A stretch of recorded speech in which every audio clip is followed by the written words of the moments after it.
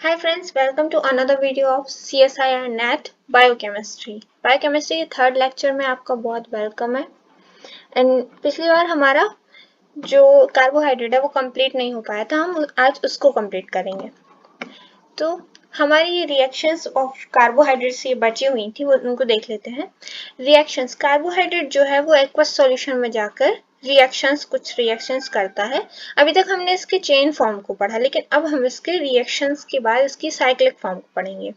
तो क्या होता है, इन एक aqueous solution carbohydrates change linear form to cyclic form. जब कार्बोहाइड्रेट्स जो है एक्वस सॉल्यूशन में रिएक्शन करते हैं तो ये चेन फॉर्म से साइक्लिक फॉर्म में चेंज हो जाते हैं। अभी कैसे चेंज होते हैं हम देखते हैं। जो हमारा कार्बन चेन है वो इस तरह से साइक्लिक फॉर्म में आ जाएगा। ये एल्डिहाइड ग्रुप इस साइड यहाँ पर आ जाएगा, ये है हमारा C1 कार्बन या फर्स्ट कार्बन। उसके बाद ये चेन इस तरह से अरेंज हो जाएगी। एंड अरेंज होने के बाद ये जो लास्ट C है हमारा वो कुछ इस तरह से दिखाई देगा। CH2OH ग्रुप जो है ऊपर होगा, OH ग्रुप साइड में होगा।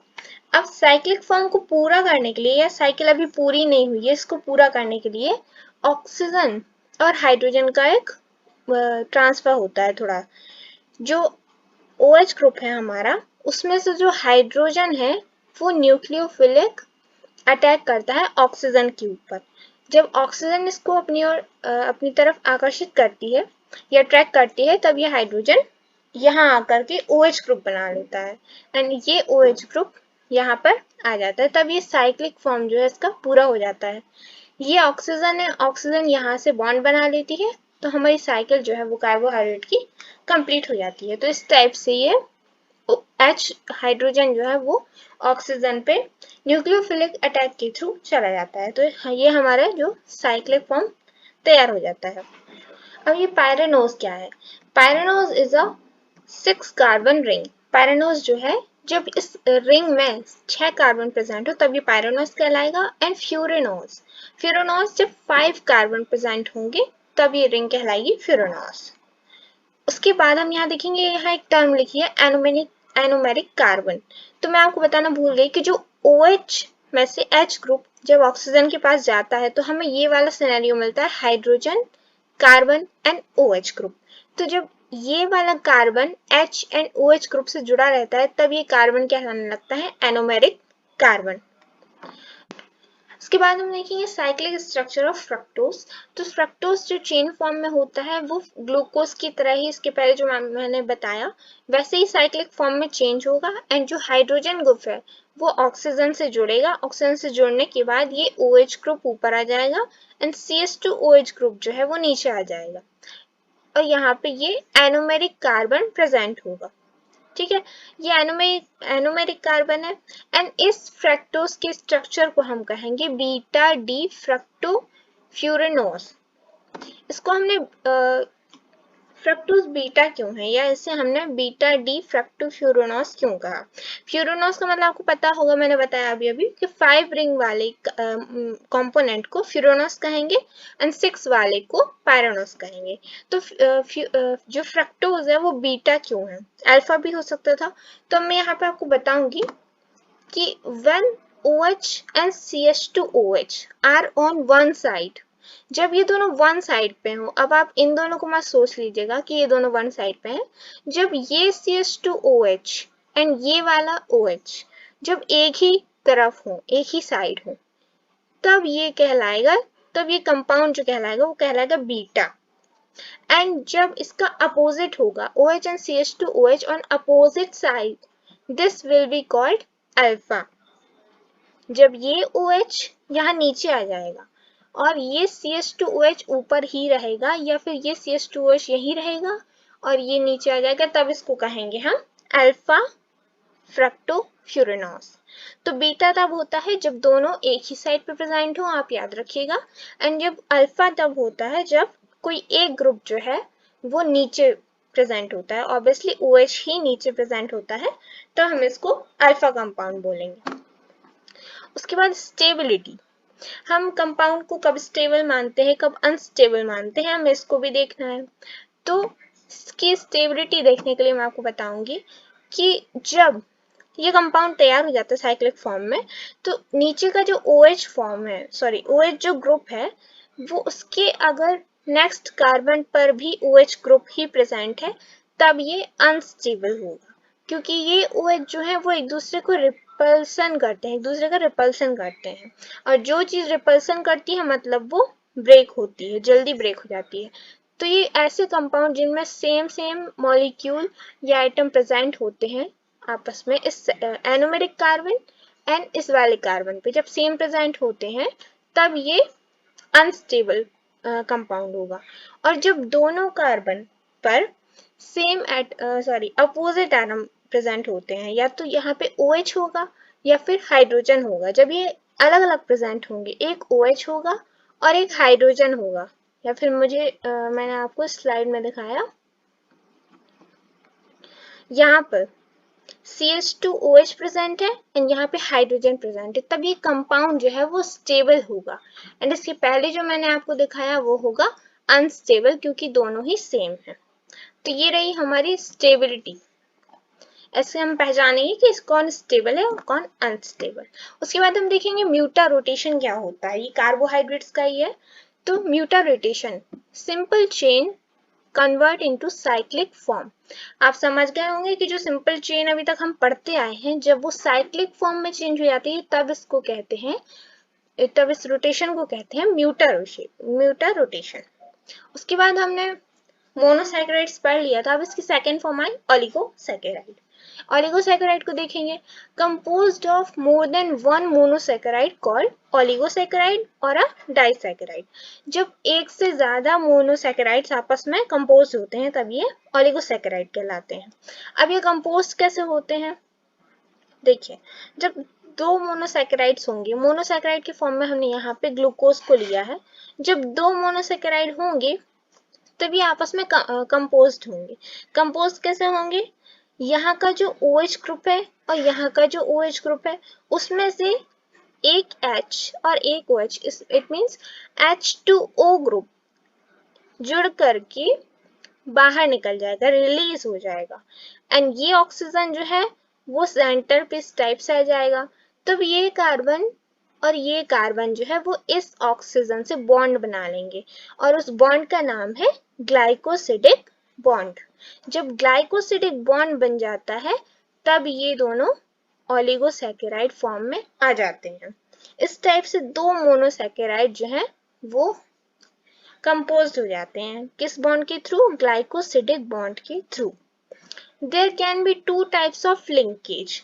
अब मैं आपको लिंकेज के बारे में बताना चाहूंगी। आई होप आपको कंपोज समझ में आ गया होगा। उसके बाद टू टाइप्स ऑफ लिंकेज।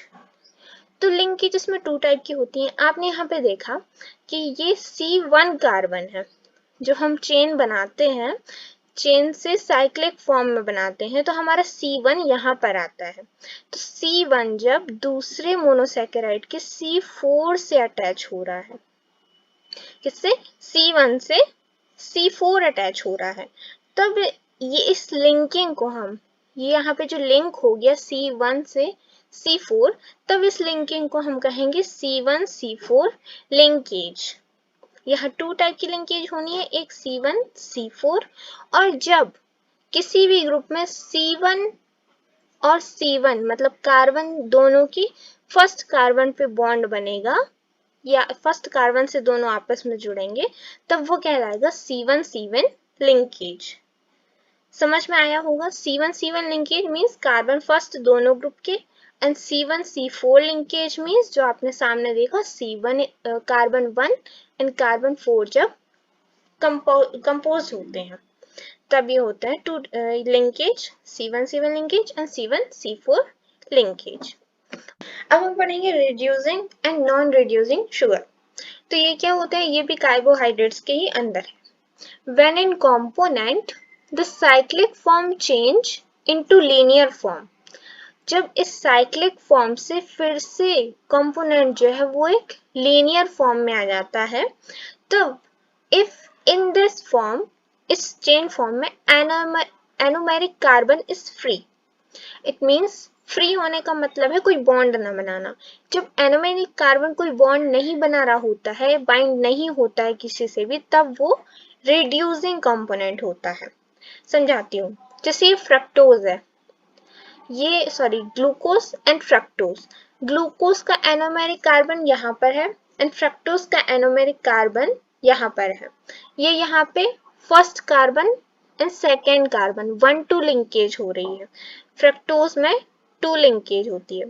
तो ग्लूकोज से फर्स्ट एंड सेकेंड लिंकेज हो रही है, तो C1 पे एनोमेरिक कार्बन प्रेजेंट है, मतलब ग्लूकोज का एनोमेरिक कार्बन तो फ्री नहीं है, लेकिन जो फ्रक्टोज है उसका भी एनोमेरिक कार्बन फ्री नहीं है। तो जब दोनों के ही एनोमेरिक कार्बन फ्री नहीं होते तब ये नॉन रिड्यूसिंग होता है। ये कंपोनेंट जो है वो नॉन रिड्यूसिंग होगा क्योंकि इनका एनोमेरिक कार्बन जो है वो फ्री नहीं है। अब फ्री कौन सा है? ये ग्लूकोज है एंड ये ग्लूकोज है। ग्लूकोज के दो एनोमेरिक कार्बन सॉरी ग्लूकोज के दो कॉपीज हैं। इनमें C1 मतलब कार्बन 1 से बॉन्ड जुड़ा है और C4 कार्बन 4 से बॉन्ड जुड़ा है। तो C1 इस वाले ग्लूकोज का जो एनोमेरिक कार्बन है वो तो बिजी है, वो बॉन्ड बना रहा है, लेकिन सेकेंड जो उसका पार्टनर है उसका एनोमेरिक कार्बन जो है वो एकदम फ्री है, उससे कोई भी काम नहीं, तो वो कोने में फ्री है। तो जिसका एनोमेरिक कार्बन फ्री होता है वो कंपोनेंट जो है वो रिड्यूसिंग कंपोनेंट होगा। ये कंपोनेंट जो है वो रिड्यूसिंग है एंड इनके दोनों के ही एनोमेरिक कार्बन जो है वो फ्री नहीं है, बहुत बिजी है, काम करने में लगे हैं, तो ये होगा नॉन रिड्यूसिंग। होप आपको समझ में आया। उसके बाद यहाँ पे हमारा जो है वो ओलिगोसैकेराइड खत्म हो जाता है। फिर हमारा आ गया पॉलीसैकेराइड। तो पॉलीसैकेराइड्स के लिए बायोलॉजिकली इंपॉर्टेंट कार्बोहाइड्रेट्स, ये जो कार्बोहाइड्रेट्स हैं वो बायोलॉजिकली इंपॉर्टेंस कहाँ रखते हैं, किस टाइप से हमारी बायोलॉजी में यूज होते हैं वो देखेंगे। Important carbohydrate for cell. Cell आप जानते हैं बॉडी की एक छोटी सी यूनिट, चाहे वो प्लांट की बॉडी हो या एनिमल की बॉडी हो, ह्यूमन की बॉडी हो, उसकी सेल में कार्बोहाइड्रेट्स की क्या रोल होते हैं हम वो देख लेते हैं। तो फर्स्ट है हमारा पॉलीसैकेराइड। जो पॉलीसैकेराइड होता है वो ऐसा कार्बोहाइड्रेट है जो कि प्रेजेंट होता है सेल वॉल पे, cell wall of plant, cell wall of animal, सभी की सेल वॉल पे। इस सेल वॉल को क्या बोलते हैं? सेल्यूलोज। प्लांट की सेल वॉल को बोलते हैं हम सेल्यूलोज। तो ये सेल्यूलोज जो है वो पॉलीसैकेराइड्स से मिलकर बना होता है। This made up with polysaccharides. तो प्लांट की सेल वॉल पे तो यहाँ इंपॉर्टेंस है कार्बोहाइड्रेट का सेल्यूलोज में। प्लांट की सेल का जो सेल वॉल है वो बना होता है सेल्यूलोज से एंड जो सेल्यूलोज है वो पॉलीसैकेराइड्स कार्बोहाइड्रेट से मिलकर बना होता है। तो पॉलीसैकेराइड। उसके बाद आता है हमारा पेप्टिडोग्लाइकन। ये पेप्टिडोग्लाइकन एक लेयर है जो कि बैक्टीरियल मेम्ब्रेन है जो कि बैक्टीरिया के ऊपर प्रेजेंट होती है। अब ये कौन से कार्बोहाइड्रेट से मिलकर बनी होती है? तो ये बनी होती है बीटा 1,4 NAM NAG कार्बोहाइड्रेट्स। अब ये कार्बोहाइड्रेट्स जो हमने न्यू नेम सुने हैं वो कौन है? They are form of glucose. ये ग्लूकोज के फॉर्म है which have some extra molecules attach. Glucose में जब आप एक दो एक्स्ट्रा मॉलिक्यूल जुड़ जाएंगे तब उनको हम NAM एंड NAG कार्बोहाइड्रेट्स कहेंगे। तो ये ग्लूकोज के ही फॉर्म है, तो जो कि पेप्टिडोग्लाइकन बनाते हैं एंड ये प्रेजेंट होता है बैक्टीरिया के मेम्ब्रेन में। उसके बाद आता है काइटिन।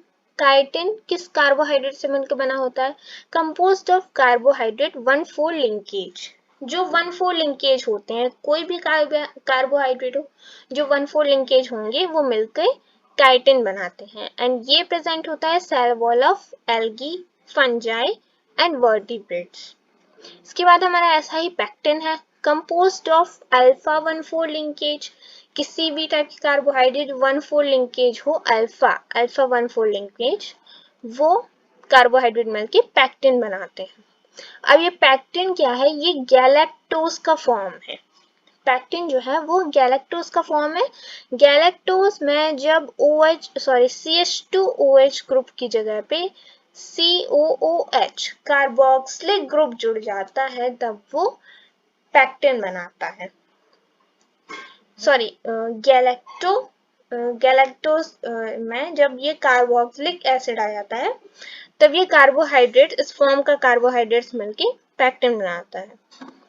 उसके बाद आता है, हमने बायोलॉजिकल इंपॉर्टेंस में देखा कि अभी तक ये अलग अलग टाइप से हमारे पॉलीसैकेराइड्स एंड पेप्टिडोग्लाइकन, काइटिन, ये सेल वॉल पे प्रेजेंट है।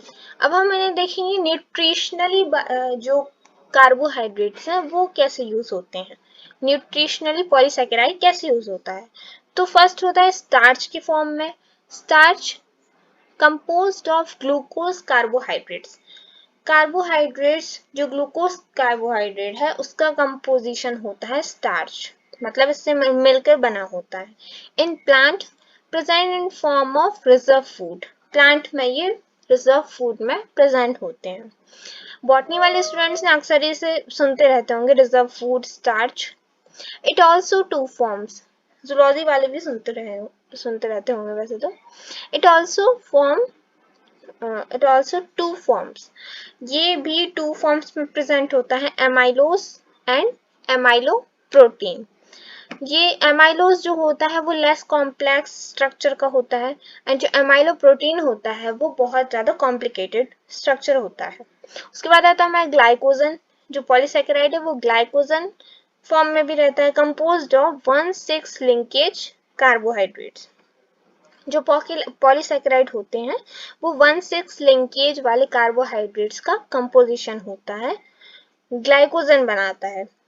ये पॉलीसैकेराइड ग्लाइकोजन बनाते हैं।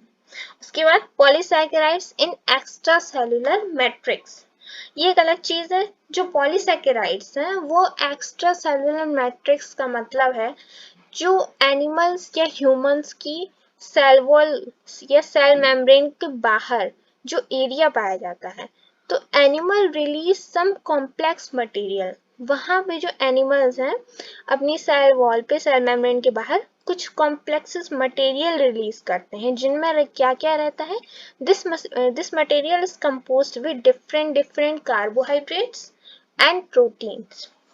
तो जो कार्बोहाइड्रेट्स हैं वो टाइप्स के कार्बोहाइड्रेट्स रिलीज करते हैं एंड वो डिफरेंट टाइप के होते हैं, अल्फा बीटा सभी फॉर्म्स में प्रेजेंट होते हैं। तो ये था हमारा न्यूट्रिशनली पॉलीसैकेराइड्स।